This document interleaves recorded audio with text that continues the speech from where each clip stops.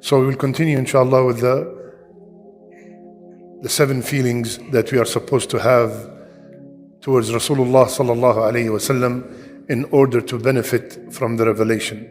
We mentioned first his status, and we mentioned how much he loves us, and we mentioned that without him we cannot survive in the dunya and in the akhirah. And we also mentioned that we as Muslims supposed to celebrate him. Every time you hear his name, you're supposed to say sallallahu alayhi wasallam. Subhanallah, we said to the level that if you make salat upon him once, Allah Azza wa Jal will make salat upon you 10 times. And we said that what does it mean when we say Allah makes a salat on a person? It means that Allah subhanahu wa ta'ala is boasting about that person in the Mala' al-A'la, in the presence of the angels. So imagine, could it be possible that Allah Azza wa Jal is boasting about you up there and punishing you down here? Subhanallah. This is how important the status of Rasulullah sallallahu alayhi wasallam, which brings us to the 5th feeling that we will discuss today. After we knew all these feelings, then Allah subhanahu wa ta'ala and the Islam in general wants to engrave in our hearts the adab with Rasulullah sallallahu alayhi wasallam, the respect with Rasulullah sallallahu alaihi wasallam. You know all these things. You know that he loves you. You know his status. You know that you cannot survive without him. But still, there are certain rules when you sit with him.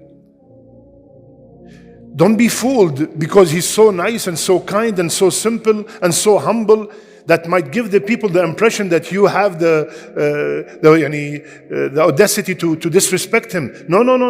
Ya ayyuha alladhina amanu la tarfa'u aswatakum 'inda Rasulillah. يا أيها الذين آمنوا لا تجهروا بالقول كجهر بعضكم لبعض ولا ترفعوا أصواتكم عند رسول الله. Do not raise your voice when you are in his presence. Do not talk to each other in a loud manner when he's there. And if you do that, listen to this, subhanak ya Rabbi, listen to this. If you do that, تحبط أعمالكم وأنتم لا تشعرون. All your salat, siyam, dua, everything is gone. It will be zero. It will be worthless.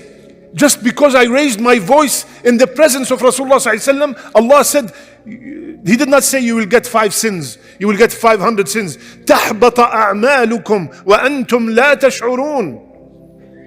Your a'mal are gone. After this ayah was revealed, Abu Bakr radiallahu anhu, he said, I used to whisper to Rasulullah sallallahu alayhi wasallam, whisper in his presence. And he praised the people who lower their voice in his presence. إن الذين يغضون أصواتهم عند رسول الله أولئك الذين امتحن الله قلوبهم للتقوى. The ones who lower their voice in the presence of Rasulullah sallallahu alayhi wasallam, these are the muttaqeen. Allahu Akbar. Just because you lowered your voice in his presence. Not only that, he condemned the people who they used to go when Rasulullah ﷺ in his house, and they used to go outside and say, Ya Mohamad, come out, we want to ask you a question. إن الذين ينادونك من وراء الحجرات أكثرهم لا يعقلون. Those people who are calling you like this, these have no brain. Allahu Akbar. Just because you're calling him in a time that he's resting at home. And not only that, how dare you call him Ya Muhammad? Allah did not call him Ya Muhammad. Allah subhanahu wa ta'ala called every prophet by his name. Ya Musa, Ya Zakaria, Ya Adam. The only man the only Rasul he did not call by his name is Muhammad. Subhanak ya Rabbi. So who are you to go and call him Ya Muhammad? لا تجعلوا دعاء الرسول كدعاء بعضكم بعضا. Do not call the Rasul, that's the way you call each other, Ya Muhammad, Ya Abul Qasim. No, Ya Rasulullah, Ya Nabi Allah. Not only that, it reached the level that if you want to ask him a question, if you want to discuss a matter with him, Ya Rasulullah, I have something with me and my wife. I want to marry this person. I want to do this. If you want to do that, قدموا صدقة. Give a charity before you speak to him. Even though this ayah was abrogated, only one Sahabi applied this ayah. we could imagine every time, the Sahaba were not very rich. So, and they have a lot of questions with Rasulullah sallallahu alaihi wasallam. So Allah subhanahu wa ta'ala, only one Sahabi applied this ayah. He gave a sadaqah and then he asked. And then the ayah was abrogated. But to show the Muslims and show the Sahaba specifically, the one who were living with him, to show the level of this man being among you. And not only that, subhanAllah, sometimes a sheikh visits you and you get very excited. You want to spend as much time, as much as you can with them, right? So of course, if this is with the sheikh, can you imagine with Shaykh al-Shuyukh, with Imam al-Mursaleen? So they used to, every time he said, don't go into his house and ask for a meal. And even if you do, do not stay there and hang out. لا مستأنسين لحديث. Do not sit there and there, what's up, and go. No, you eat and you leave. Why? Because Rasulullah sallallahu alaihi wasallam yastahi. He's so shy to tell you to leave. And do not go there and wait for the food to be cooked. That means this is a long time. Just go there after you get permission first. You go there, you eat and you leave. Otherwise, this was, subhanallah, Allah Azza wa Jal, He said that this yu'thi, it bothers Rasulullah sallallahu alaihi wasallam, and he's worried about him being bothered. Allahu Akbar. When you put all these feelings, and we still have two more feelings, when you put those two feelings together, you see the status of Rasulullah sallallahu alaihi wasallam. But I want to keep repeating every time, that does not give us the permission to go into ghulu and to elevate Rasulullah sallallahu alaihi wasallam in a status that Allah subhanahu wa ta'ala did not elevate. He told us, do not treat me like the Christians treated Isa. So, as I mentioned, some people go to extreme ghulu. They say, he is, like I said, created from Noor, and he is still among us, and all that stuff. I went one time to, in New York, we invited a group. They said they took permission to use there's no basement in Dallas, there's a basement in New York. We had a basement in the masjid, which we used as a multi-purpose hall. And then we did not know, we learned our lesson, we did not know what kind of group is this.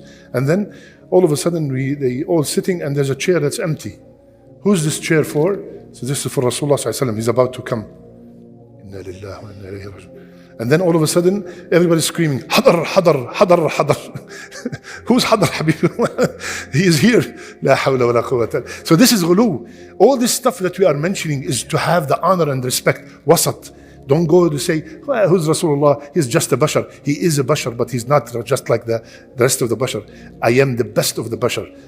La fakhr. He said himself, I am the best of mankind. And I'm not saying this as of arrogance, because Allah subhanahu wa ta'ala informed me. And subhanallah, the story in Bukhari, Rasulullah ﷺ used to give some time for the sisters to come and ask him questions. So they were sitting down and asking him questions, and then they heard Umar coming. So they immediately, the hadith said, they started covering themselves and sitting there, very scared. So when Umar walked in and this incident happened, Rasulullah ﷺ started laughing. So Umar said, "Ma adhaka, why are you laughing, Ya Rasulullah?" He said, I'm laughing about the way the sisters acted when they heard your voice. They did this and they did that. So Umar said, Ya aduwati anfusihin, oh enemies of yourselves. He started yelling at them. What are you doing this? Atuhabunani, you are scared from me more than Rasulullah sallallahu alayhi wasallam. They said, you are very harsh. You are very harsh and you are very stern. But Rasulullah sallallahu alaihi wasallam is always soft and subhanallah. So, and then he said the very famous statement, Ya Umar, if the Shaytaan see you come from one way, he will go from another. Subhanallah. So, Ya Akhwan, this is just a sample of how much adab we should have with Rasulullah sallallahu alaihi wasallam. And since Rasulullah sallallahu alaihi wasallam is not with us anymore, so we should have adab with his sunnah. We should have adab and respect to the sunnah that he left behind. May Allah subhanahu wa ta'ala make us from his followers. May Allah subhanahu wa ta'ala gather us with him on the day of judgment. Aamin ya Rabbil Alameen. Subhanakallahumma bihamdik. Nashhadu an la ilaha illa ant. Nastaghfiruka wa natubu ilayk.